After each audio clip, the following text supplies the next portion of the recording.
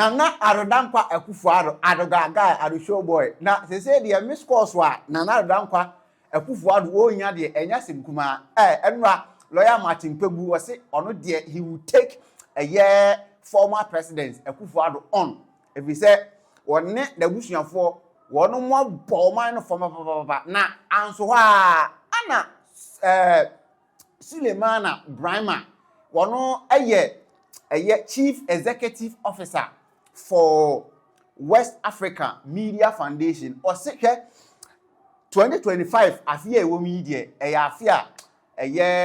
afia ni se Ghana for di agro if you say ye hu esane ye papa say oman if you say wo hwe afia twa mu 2024 say ye de kọ December mu ne ye de kwakoto aba no a na emafo ba mu abu papa Ghana fo ba mu abu he chese investors wono mo a edo musike be wura oman konkron Ghana mu omo ba mu abu Ghana fo ba mu abu chese o bia ba mu abu empo amanwu na kasa kura no na amanwu no abamu abu enso ye nua no people say we shall to say Ghana enti honorable Sulemana o say onti ase say MPP for wonum eto saa enwon say we shall to save Ghana adan a o say hwe there was a point here na of you say LPP for say we need Ekufuado na ban say we need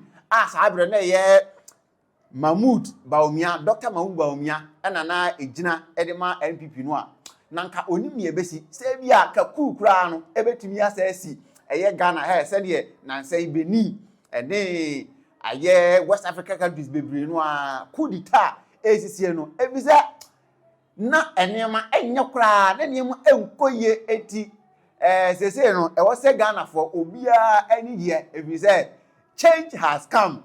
Mahama is the whole umiete era no nsem ni bia okaye edifa how 2025 such a momentous year edema Ghana for nyina. 2025 was certainly a momentous year for our country. I think in terms of governance, we had, to be frank with you, gotten to a point where the country was on the brink. And many say that one wonders what would have happened if the MPP had won the last elections.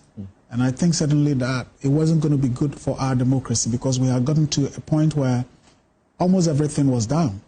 The economy was down, confidence in people had gotten down, expectations, the situation had become so hard for many people.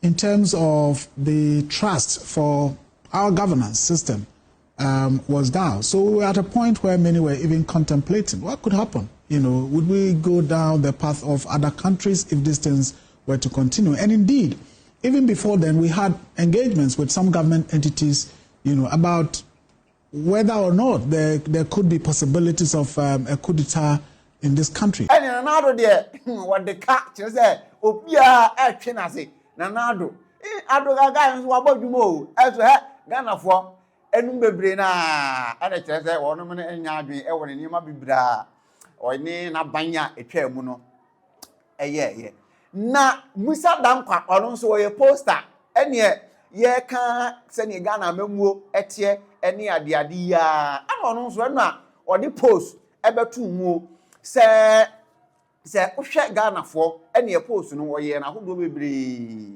wohwe won mo ye MPP fo wohwe won mo ye NPP fo wohwe mo ye NDC fo mo ye NDC fo an wohwe ye regency a won mo ye particular political party be a strong good enti wohwe ne ma ni bebre na e man fo enti ni mabiase ansan ye be ko post ni mu ankasa ye sua de kakra se broni ka se bibi ye sample a ma memfa ade bi nyem fato se de be ye beti ase quickly se ka se bibi e sample a se waye nkwan se wo ye nkwan na opese u testi soup ni hwe u testi nkwan na hwe se nkwan na enkyene no ewo mu no etwa mu anase entwa mu untam nkwan ni nyina na ade tua wa no na gona wa no da bi enye sa na ye no na egbo mu no wo fa kakra bi on kwantre kwantre ufa kwantre no kakra na wasankwa no kakra bi na watesti ahwe no hu say enchiri wo mu anase enchiri nim enti se yeka se sample that is what we mean by sample na Ghana for bebre enti ase se yewura Musa Dankwa se ono or the sample so hu sample out of the population Ghana for your dozen ontimi nko obi a nchen se okobusa senior obi adweye no efa His Excellency John Dramani Mahama na memuo a wo buo no ho enti ne wo so ye ne se ofa sample na ne sample no mu no ene oye post ni bebre oye the fa the NPP on 31st January 2026 presidential elections ya ebekoso no oye eno nso post ni bi edifa ho na ohwe number no of na oni delegates a little over 3,500 ana edi enkomo na according to Musa Dankwa ene waye post bibre ono na the chief executive officer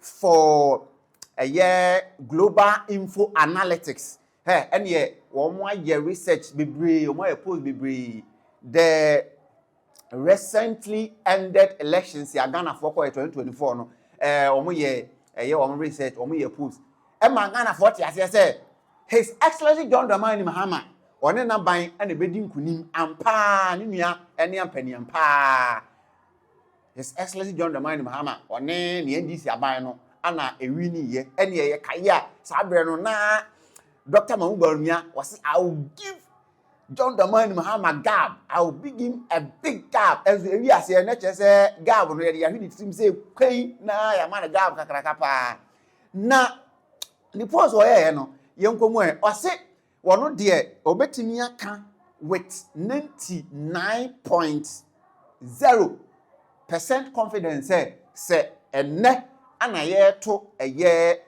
NPP presidential primaries no se ne ye to sa aba no a Dr. Mahmoud Bawumia ana ebewi nie oka na waka ni pain nemom se eniema ekoranim na ekoranim no akaboso me ba akopɛ de Kennedy Japan akompreko ono so ebo no humode papa because so hwe won last presidential primaries no a onya such a good number na hwe Musa Dankwa report a wode ebaaye eno a we kire se Kennedy Japan woni ni team no mo ebo adwuma papa ne nsem a oka no to ebanfo etrim na owie ya no anso ha na wode ne okọ amanfo na ase ne wom kodidi nkomo edefa sane amamu no ekono ho so wode kakra eka ho na Musa Dankwa se uyi Ghanafo maako edu a emu be se enso enu de 67 in fact 61% Anna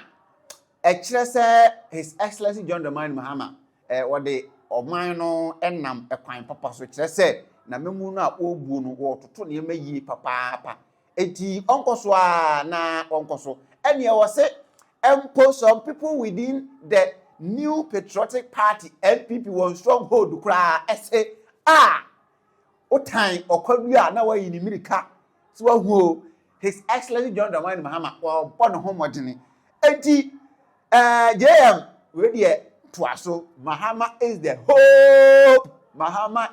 hope the His Excellency John Dramani Mahama Ghana for say obo homodene enti se ne wa sha ase no to aso na efa ekoduru bo hye asase ne so Musa Dankwa CEO for Global Info Analytics umientie ni post ni bia ene ho findings no ahead of the New Patriotic Party won presidential primaries 2026 wo china ana ye hyase no 31st December or 31st January or number of people in the head office, whereas when the job comes in the field, we pay them on pay-as-you-go basis. I'm asking you these questions, not of my own. I know. Dr. Brian Champong has been asking these questions of you. I'm sure he knows the answer, but he doesn't want to be... He knows the answer. He knows the answer. He knows the answer. The answer to the questions he's asking? Yes. As to how you are funded? Yes. And why are you so interested in NPP flag bearership? No, we're not. We're interested in everything that is public opinion and polls. And look, there are global clients who wants to know who will be Ghana's president in 2029. And that starts from here. Who will lead MPP first? Okay. And then who will lead NDC? And then from that crop, you will determine who will win the 2029 elections, the 2028 elections. So there are global clients who want to know. So if they don't want to know, fine. There are those who want to know, and we are serving their interest. Interesting. I see. And I'm sure you heard him ask those questions of you. So that's why. But then again, there are others who are interested in this. So you've answered it. But look at this. I want to understand the difference between likely voters and committed voters. What does this mean? Okay, let's go back.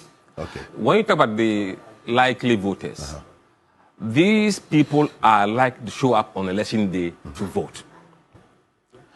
Those who said they are voting for Bawumia 45%, they will show up. Those who said Kennedy 31%, they will show up. Those who are saying Brian 3% will show up. Those who are saying it was 0.4 or so for this gentleman, they will show up. I mean, Dr. Yao said... Yeah, it's 0.4, but we didn't want to run the numbers for the so yeah, decimal I numbers. was looking at 0%. That's... We've put out the further details that gives the entire or specific numbers, frequency, and the They have been going around the country. They have their billboards around. I see the numbers are quite that. negligible. That's why it is like that. Community Japan, you also put 0% there. Why? I don't put. That's the response we got from the delegates. Really? Yes. So this is a delegate poll. Delegate polls, yes. You spoke to this number of delegates, 3,521. Absolutely. How representative is this? Taking into consideration the total number of delegates who are going to show up on the day, all things being equal, that's January 31. Alfred, when you are sick and you go to the hospital, and they want to see if you have malaria or whatever it is, they draw a small, tiny blood from you. It's a sample, call it sample, isn't it? Right. And from that sample, they can determine what's wrong with you. Okay. They don't need to take the entire blood from your system to check what is wrong with you. Because the blood they've taken comes from the entire system. Right. Again, if you prepare a soup and the soup is ready to be eaten, you don't take a big bowl to drink to see how the soup tastes. A teaspoon will be sufficient to tell you how the food. So this is a statistical tool that has been used over centuries, and that works. For me, what people should be asking for is what is your confidence level and your margin of error.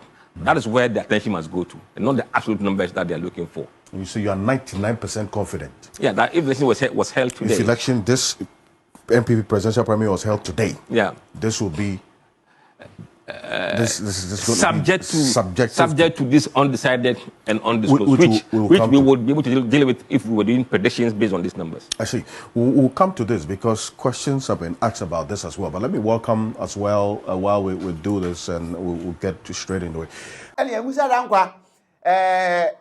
Na okanse ebusa no say ade a wo kan uyi de na how do you get funded and was oh ne obusa sa question wo no awoni mansa enti ma onye no say ase woni question no obusa no answer woni mansa sa ase mu ne Dr. Brian Champon and ebusa was oh you na ka some of the politicians in the church wo mutua na ka nti tua na ka na say obey post na say a favor yes our politician and was enye no koreda on was it Brian Champon wow him the young politician young na mutu eka na man for interest oppose na eye ni mu enti we